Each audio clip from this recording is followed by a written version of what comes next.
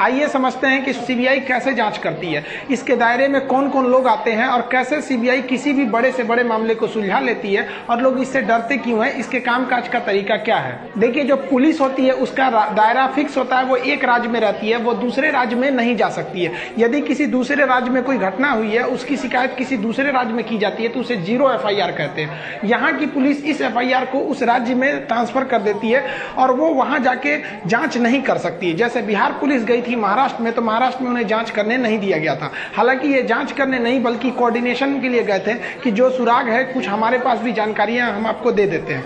लेकिन जब पुलिस से ऊपर मैटर चला जाता है तो उसे CID कहते हैं। CID की भी सेम समस्या है, वो भी एक राज्य में ही सीमित रह सकती है। तो बिहार की CID महाराष्ट्र में जाके इंट्रोगेट नहीं कर सकती है और ना ही महाराष्ट्र की CID बिहार में आके इंट्रोगेट कर सकती है। तो इसके लिए एक समस्या उत्पन्न हो रही थी, तो इसे दूर करने के लिए एक सेंट्रल बॉडी की स्थापना की गई जो जिसका पावर ज्यूरिडिक्शन अथॉरिटी पूरे इंडिया लेवल पर हो। साल 1941 में दिल्ली स्पेशल फोर्स का गठन किया गया, लेकिन साल 1946 में दिल्ली फोर्स को एक स्पेशल पावर एक्ट के तहत जांच करने का अधिकार दे दिया गया और इसी को 1963 में CBI में बदल दिया गया। CBI का हेडक्वार्टर जो है वो दिल्ली में है। ये बहुत ही हाई प्रोफाइल मैटर की जांच करती है, चाहे वो राष्ट्रीय हो या अंतर्राष्ट्रीय मैटर हो। इसे पुलिस का पुलिस भी कहा जाता है। जैसे पुलिस एक डिपार्टमेंट है, यदि उसी में करप्शन होने लगे तो उसकी जांच CBI कर देगी। कोई भी डिपार्टमेंट है, जैसे मान लीजिए आपके यहाँ का कोई भी डिपार्टमेंट है, अगर वो वही करप्ट हो गया तो उसकी जांच करने के लिए CBI आ जाती है। CBI के जो अफसर होते हैं ज्यादातर वो सिविल ड्रेस में ही आप उनको देखेंगे, वो वर्दी नहीं पहनते हैं। जब वो किसी सामान्य चीजों की जांच के लिए जाते हैं तो अमूमन उनके पास हथियार नहीं होता है, लेकिन जब वो किसी ऐसे एरिया में जाते हैं जहां खतरा होता है तो वो हथियार भी अपने साथ रख सकते हैं। CBI में उनके कर्मचारियों की काफी कमी है और CBI के पास बहुत से ज्यादा मामले हैं जो लंबित है। इस वजह से CBI के ऊपर एक एक्स्ट्रा वर्कलोड रहता है। इस वजह से उन्हें सैटरडे संडे को भी काम करना पड़ जाता है, जिस कारण इसे देखते हुए सरकार उन्हें साल के 12 महीने में कुल 13 महीने की सैलरी देती है। CBI जो होती है वो department of personal and training यानी कार्मिक मंत्रालय के अधीन काम करती है, जिस पर PMO प्राइम मिनिस्टर ऑफिस सीधी नजर रखती है। किसी भी मामले की जांच के लिए CBI को बुलाने के लिए राज्य सरकार की सहमति का आवश्यक है, केंद्र सरकार भी सहमति देनी चाहिए। लेकिन अगर राज्य सरकार अपनी सहमति नहीं देती है तो सुप्रीम कोर्ट या हाई कोर्ट के आदेश पर CBI जांच को कराया जा सकता है।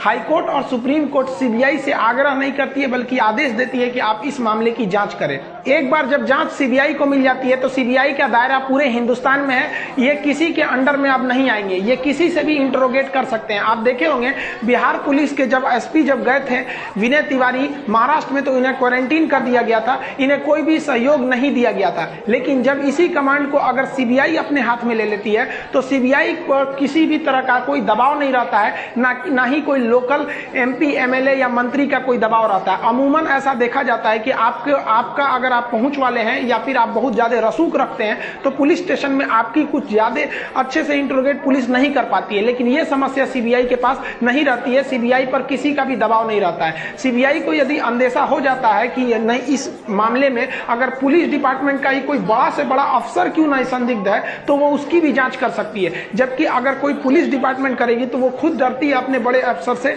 इंट्रोगेट करने के लिए। लेकिन CBI के साथ इस तरह की कोई समस्या नहीं है। CBI जो है एकदम एडवांस टेक्नोलॉजी का प्रयोग करती है। वो उसे जिस लोगों का जरूरत की होगी उन्हें लोकेशन को ट्रेस कर लिया जाएगा, उन्हें इंट्रोगेट के लिए बुलाया जा सकता है। इनके जो स्पाई होते हैं, जो जासूसी होती है, वो काफी स्ट्रिक्ट होती है। इनको जिन पर भी संदेह रहेगा उनको एकदम बेहतरीन ढंग से उनका इंट्रोगेट किया जाएगा। यदि आप CBI के जांच में सहयोग नहीं करते हैं तो आपको अरेस्ट भी किया जा सकता है, चाहे आप कितने भी बड़े अधिकारी क्यों ना है। CBI की जो सबसे बड़ी पावर हो जाती है वो CBI के विभिन्न डिपार्टमेंट को लेकर, वो आपके धन की लेन देन भी जांच कर सकती है, डिजिटल की लेन देन की जांच कर सकती है, आपके मोबाइल ट्रेस को कर सकती है, ईच एंड एवरी चीज को कर सकती है। जबकि पुलिस के पास ये समस्या नहीं है। अगर मान लीजिए कि कोई मामला आता है, जैसे अभी रिया चक्रवर्ती पे आरोप लग रहा है कि सुशांत सिंह राजपूत के अकाउंट से बहुत कम समय में 15 करोड़ रुपए को ट्रांसफर कर लिया गया, तो पुलिस इसकी जांच अच्छे से नहीं कर पाएगी। जबकि CBI के पास एक स्पेशली इसके लिए डिपार्टमेंट है, वो तुरंत जांच कर लेगा कि कहां अकाउंट से पैसा आया और कहां तुरंत चला गया।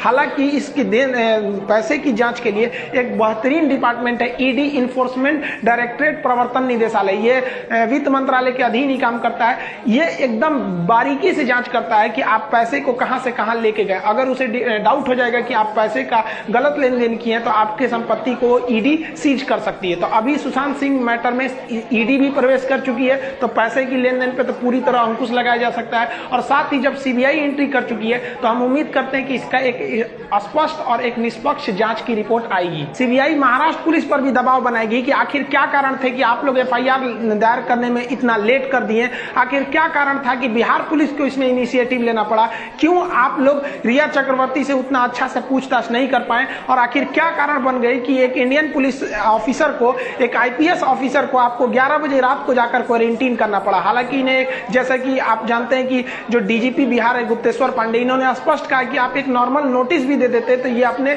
नहीं निकलते एकोमोडेशन से, फिर भी आप लोग वहां जाके क्वारंटीन किए, जो इसे संदेहास्पद बना देता है। लेकिन सीबीआई के आ जाने के बाद किसी की नहीं चलेगी, न महाराष्ट्र पुलिस की चलेगी, न महाराष्ट्र के जो बीएमसी है उनकी भी चलेगी, और ना ही वहां की गवर्नमेंट की चलेगी। ये टोटल सेंट्रलाइज्ड डिपार्टमेंट काम करेगा।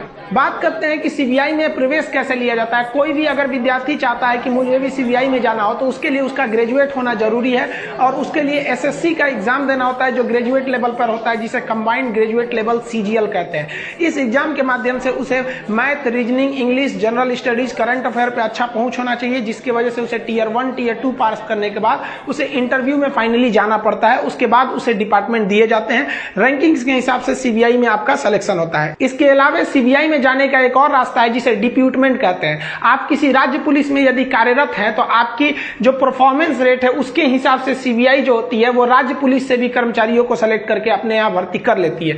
जिस तरह से पुलिस में कांस्टेबल, हेड कांस्टेबल होते हैं, उसी तरह से रैंकिंग होती है सीबीआई में भी। सीबीआई डायरेक्टर के पास जो पावर है वो काफी बड़े होते हैं, लेकिन आप सोचिए कि सीबीआई का ढांचा कितना मजबूती से बनाया गया है कि सीबीआई के डायरेक्टर भी अपने नीचे जो अधिकारी रैंक के हैं उनका ट्रांसफर नहीं कर सकते, बल्कि उनके लिए अलग से एक व्यवस्था बनाई जाती है। जब सीबीआई को लगने लगता है कि नहीं, किसी मैटर को हमको जल्दी से न्याय दिलाना है और कोर्ट में काफी लेट हो रही है, जैसे मुंबई पुलिस का अपना, जैसे महाराष्ट्र का अपना कोर्ट है, तो महाराष्ट्र कोर्ट में अगर काफी ज्यादा मुकदमे हैं तो उसको वहां पर लेट हो जाएगा, या फिर जो वहां पे छोटे कोर्ट है वहां पर भी भीड़ ज्यादा है, क्योंकि बहुत सारे मामले रहते हैं कोर्ट को निपटारा करने के लिए, इसलिए कोर्ट किसी भी मामले में ज्यादा समय नहीं दे पाती है। तो सीबीआई का अपना स्पेशल कोर्ट होता है। यदि सीबीआई को लगता है कि नहीं, हम वहां कोर्ट में ना जाके अपने सीबीआई के स्पेशल कोर्ट में देना चाहते हैं, तो सीबीआई स्पेशल कोर्ट से भी किसी भी मामले की त्वरित निपटारा कर सकती है। कौन सा जोश पैदा हो जाता है कि भाई इनको सब कुछ भूल जाता है।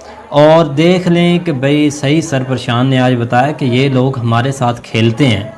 इंडिया और पाकिस्तान को कश्मीर के मुद्दे पर लड़वा कर ना भाई इनकी अपनी वार स्टार्ट करवा कर, मतलब इधर उधर से स्टेटमेंट देना, यही होता है सब कुछ, जिसकी वजह से हमारी ट्रेड रुकी हुई है, जिसकी वजह से हमारे बहुत से इशू हैं भाई, कि हमारे जो लोकल हैं वो आपस में भाई लड़ने को आते हैं, गाली देने को आते हैं, सिर्फ इसी वजह से कि हमारा जो मुद्दा है वो कश्मीर वाला है। कश्मीर की वजह से हमें इस्तेमाल किया जा रहा है। जर्मनी है उनका पाला यार, और ऐसा बात बोलते हैं खान सर कि हम लोग रिलेट कर पाते हैं। हाँ, एकदम जैसे फैमिली से हम लोग भी रिलेट कर पाते हैं इन सब चीजों के कि हाँ यार बचपन में ये होता था। ये अगर कहीं लड़ाई हो रही है, ऐसा मोमेंट चल रहा है और कहीं गलती से हम लोग आगे कुछ मांगने ही कुछ करने तो अलग से पिटाई शुरू की, तुमको वही सब चाहिए होता है, ये वो, मतलब क्या ही बताया जाए यार, मजा आ गया। मतलब बहुत पुरानी चीजें ताजे हो गई। और भाई देवी अगर बात की जाए इजराइल की, भाई नो डाउट यार, इजराइल के जो कमांडो हैं एंड इजराइल का जो मोसाद है